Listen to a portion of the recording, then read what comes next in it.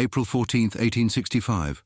The story we all know is that on this night Abraham Lincoln was shot by John Wilkes Booth while attending a performance at Ford's Theatre in Washington, D.C.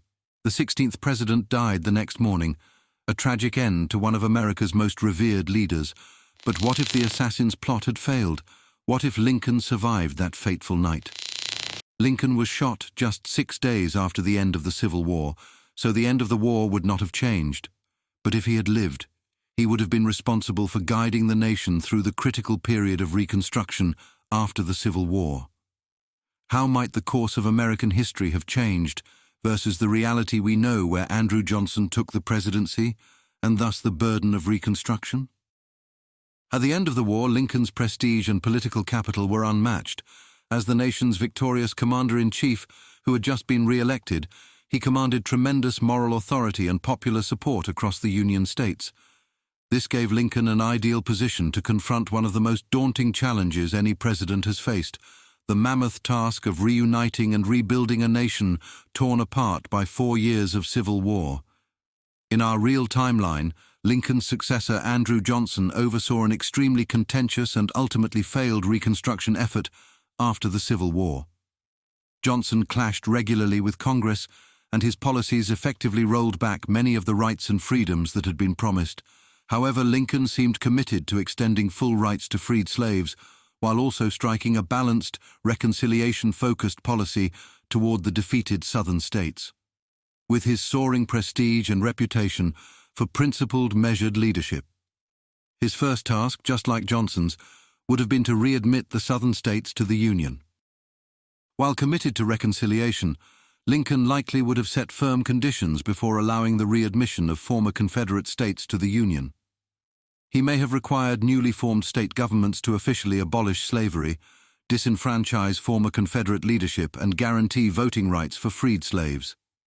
However, Lincoln's reputation for being tough but magnanimous could have avoided overt hostility or retribution against the South. His steady diplomacy may have secured Southern compliance while reintegrating states in a timelier, less turbulent manner than occurred under Johnson's policies. Then, the legislation, amendments, and voting rights for black citizens would have accelerated from our timeline. With his immense prestige and prioritization of upholding the Declaration's egalitarian principles, Lincoln likely pushed for constitutional amendments granting freedmen full citizenship, voting rights, and equal protection much sooner than the 14th and 15th Amendments passed years later. His moral leadership, persuasion skills, and political unity across the North could have cemented these rights during his second term rather than being endlessly debated and deferred. Black men voting in significant numbers in the South by 1867 or 1868 under Lincoln's leadership could have dramatically empowered and protected this long marginalized community. Lincoln would have also likely helped the Southern economy recover much more than Andrew Jackson did. The South's economy and infrastructure lay in ruins after the Civil War's immense physical destruction.